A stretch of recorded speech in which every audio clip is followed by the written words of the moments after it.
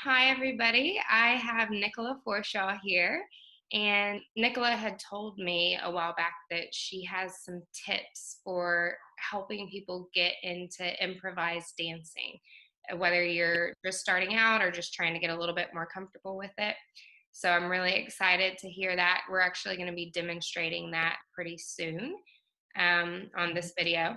But first, I would like to just get to know Nicola a little bit better and let you all get to meet her a little bit. So, Nicola, I will go ahead and let you tell us a little bit about like your background and tell us a little bit about Access Dance, please.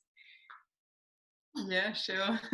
I'm a sort of pretty typical. I read this on loads of people's CVs when they apply for jobs. Like I've been dancing since the age of 3, and my passion's always been dance. So it's a bit like that. So I went to ballet class when I was 3, and just really took to it straight away.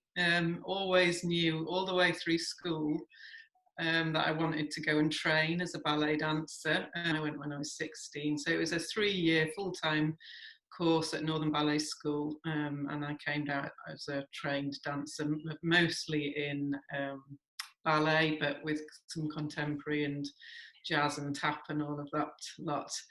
But of course, the competition to get a ballet job, a job in a ballet company in Britain was really steep. So I got a job in Italy with a touring company, and then that took me over to Greece, and I had a long career in a dance company in Thessalonica. In northern Greece, and had lots of great years living the life out there, lots of outdoors and sunshine and teaching dance out there as well. And there's actually a photo of me on that back wall there. That was in an outdoor theatre, and that was sort of my first taste of dancing outdoors, and I absolutely love it. It's an amazing experience dancing outdoors, especially in a warm country like Greece. So I did that for a good 20 years as a professional dancer. And then I moved back to England, and I thought, right, okay, it's time to restart.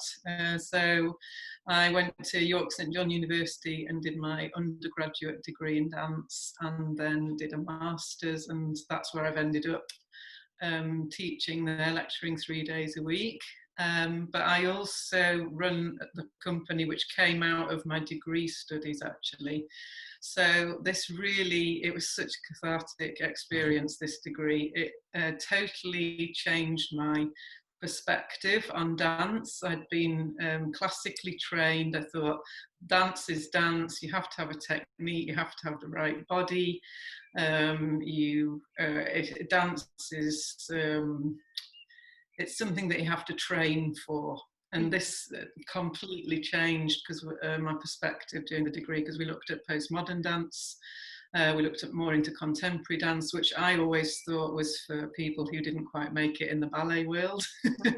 So really bad sort of attitudes to other types of dance. And I can really see why people struggle with contemporary dance or dance as an improvisational form. It doesn't always make sense to you, but everybody has their own preferences of what sort of dance. Some people really enjoy putting wee dance on and just moving to songs, pop songs that they enjoy. I think that's a brilliant way to dance, to put on some music that you love and just go for it in your living room like nobody's watching. Mm-hmm. Some people like to be taught the moves, so that's when some of these online classes are really good, when you can actually copy a teacher in front of you and it's very clear. I find it really difficult to just put on a song unless I'm in the mood and just dance and say, oh, let's just improvise and do some free dancing. It's so open, isn't it? There isn't just one way or one thing that people find that helps them, but using your body and your natural movement is a way into dance that I've found works really well with some groups that I led. So I ran a group or still run a group called Converge Dance, which is for mental health service users who come onto the university campus and do courses with us. But also, I've done all sorts of work all over the place. So I dance with special needs children, Forest School, Moor Oaks in York. So the dance took me into the community, and it made me see that everybody can dance. Basically, it sounds like I know people will insist that they can't, but everybody can move, and with a little bit of encouragement and play, it all comes through play and exploration and invitations. Often a prop can really help. So it's really interesting what it can do. Just invite people to move and play. So yeah, that's what we're going to have a little bit of a go at later on. Oh, nice. So yeah, I feel to have spoken a lot about that. Oh, that's great. Yeah, I didn't know a whole lot about some of those things. And it's really cool about the dancing with the mental health patients at York St. John's as well. And I was thinking about, right now as we're all in lockdown and can't really do a whole lot to be active, or can't definitely go to classes right now. So would you say that, how is dance very therapeutic mentally, and how is it just, the health benefits that it can offer mentally and also physically? Could you talk a little bit about that, especially while we're in quarantine right now? Well, there's a lot of scientific research about the benefits of exercise, isn't there? And of course, when you're using your heart, you notice exercise. So that's one benefit. And obviously you're using your whole body to express and communicate. So you don't need words. Which is brilliant, isn't it? Not being able to think about words, but allowing your body to do the thinking for you. And your body carries things that often people aren't aware of how much you carry in your body. But if you just watch people walking around the supermarket, you can see through people's speed where the tension's held. You can just see how much we communicate through our bodies, can't you? So just in lockdown, you can dance if you've got a backyard, or you don't need very much space. I've been doing it in the living room as well. It's obviously great if you can get outdoors. And it can be playful as well. It can be children's dances like Ring a Ring a Roses, and those sort of head, shoulders, knees and toes if you've got children, just singing and action dances as well. So it's really up to you, but I do know that it helps mental health. Apart from the physical benefits of moving, you are expressing something that can't be expressed through words often. So it's a release. Yeah. I'm not sure how much dance in isolation is good for you, because a lot of what we do is about being in a group and communicating with people in a group. Mm-hmm. So it would be really interesting to know. I don't know, maybe do some research about the benefits of dance in isolation. That would be a good project, wouldn't it? Yeah. Yeah. Well, I guess it's the closest thing we've got, and especially with the live classes that have been on Mighty Dancers. Hopefully, even though we're not dancing with each other, it still feels like you're all doing it at the same time. Maybe some Zoom dancing could be fun, just to be able to see. Zoom is good, yeah, because you can see everybody joining in. Yeah, on Facebook even, it feels like you're in the room with us. So it is company in a way, yeah, even though it's virtual company. Yeah. Well, I am very excited to try out some of this improvised dancing that you're talking about. We haven't done this before, so we'll see how it goes. The main thing that I would improvisation class is just start by checking into your own body, and it's you can close your eyes if you want, like you've got a camera imagine that you've got a camera going, like visualize your body in the space. And then we would go to sort of different levels of movement. So if you just move your weight from foot to foot, and then maybe just take, like rub your hands together and go up one arm. So you're just lightly touching at the skin level, because we're going to think about moving through different depths of the body. And then come down the other side, just really light sort of massage around, so you're just at skin level. And then you might just take your hands over your tummy, just stroking out the thighs, to the toes. Give you some nice downward strokes. So this sensation of where you're touching now in your body, just stroke down the arms. We're going to use that as our first sort of stimulus for our movement.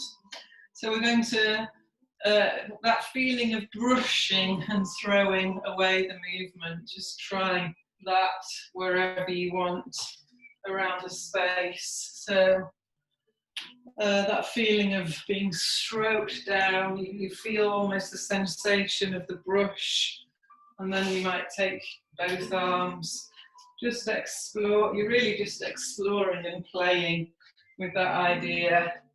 And then you might visualize that you're in a sort of globe, one of those Zorb balls, and just try with imagining as though you've got paint all over your back and the backs of your arms, and try and cover this Zorb ball with paint. That's it. Using the back of your arm and a sort of skin level movement. Then you could get your legs involved. So it's an imagining sort of feeling.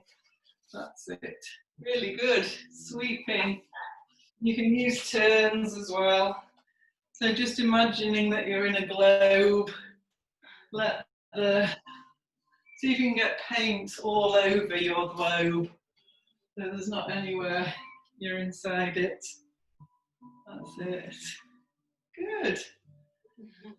And then we'll just come back.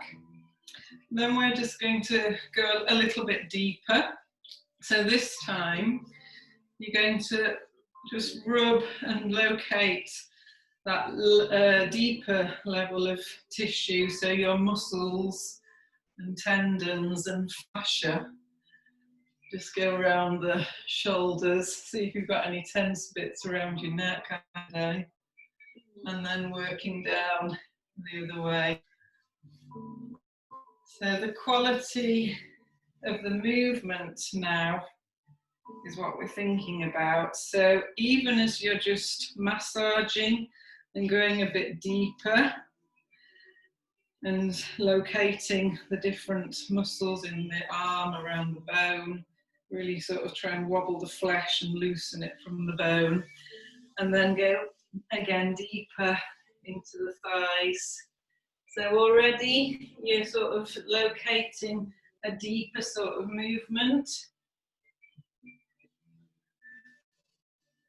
And we're going to move now as though you are in sticky toffee, but again just covering your globe with that sort of sticky sort of feeling. So it's really hard to pull one leg away from another. It's really hard to stretch your arm up. And then it's not as easy to just go around that globe. But again, trying to reach every point back with your shoulder blades, with the middle of your back, go around. That's it. Lovely. So can you just feel that difference in the way that you're moving? There's a twit. Yeah. Muscular sort of level. That's it. It's a good I'm thinking a little bit, yeah. deeper into the body. So thinking about the movement starting inside the body, inside the internal organs. Maybe just do a dance or spell your name. We're thinking about your heart moving. So it's not so much a dance of the extremities, but it's of an internal dance. That's it. And just let your heart lead you. Think about, there's a lot of visualization in it actually. So it sometimes makes you feel a bit queasy thinking about your internal organs. And if you've got room, you could just walk around, maybe in a small circle, and just allow your heart to lead you around. Maybe change direction if you've got room. That's it. And then, as though your heart is pushing you to make you move backwards. That's it. Good. So it looks a bit weird, but it doesn't matter because it feels nice. Good. Okay, shall we do one more thing that is quite fun to do? So it's a way of making movement that you think about different body parts, but you also think about the quality of the movement. So you're going to pick two body parts. So I'm going to pick my right shoulder blade and my left thigh bone. So you could think about a muscle leading the movement, or you could think about a bone leading the movement. It can be a tiny thing like your fingernail, something like that. So all you're going to do is draw a shape. Sometimes you could draw the letters of your name. So I'm thinking, so I've just changed my body part actually because I quite like the little finger idea. So I'm going to take a big letter N with my little finger, and then I'm going to take my shoulder blade and just draw an I. It's almost impossible to do, and a C. And then I'm going to go back to my little finger shape and draw a big L through the space. And I'm not even being very accurate, I'm just allowing my focus to be in my finger, taking it through space. And then I might go in a different direction, but with my shoulder blade again.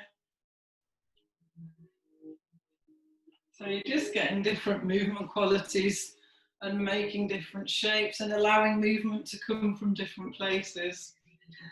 So it would go something like that. And then we would start setting some of the movements that we liked, or we'd start editing. So you could go for a whole class until you've got a piece of like you could start making phrases from the movement that you find, and before you know it, you've got a full dance ready to go, and then you can start developing it. So that's probably another Zoom class, that one. Yeah, I would love to do more of that. Yeah, that was great. I liked the just massaging, and I felt like really stretching, especially during the sticky toffee dance. Yes. Yeah.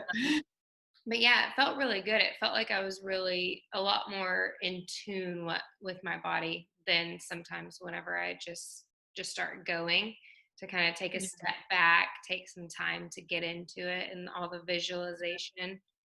Yeah.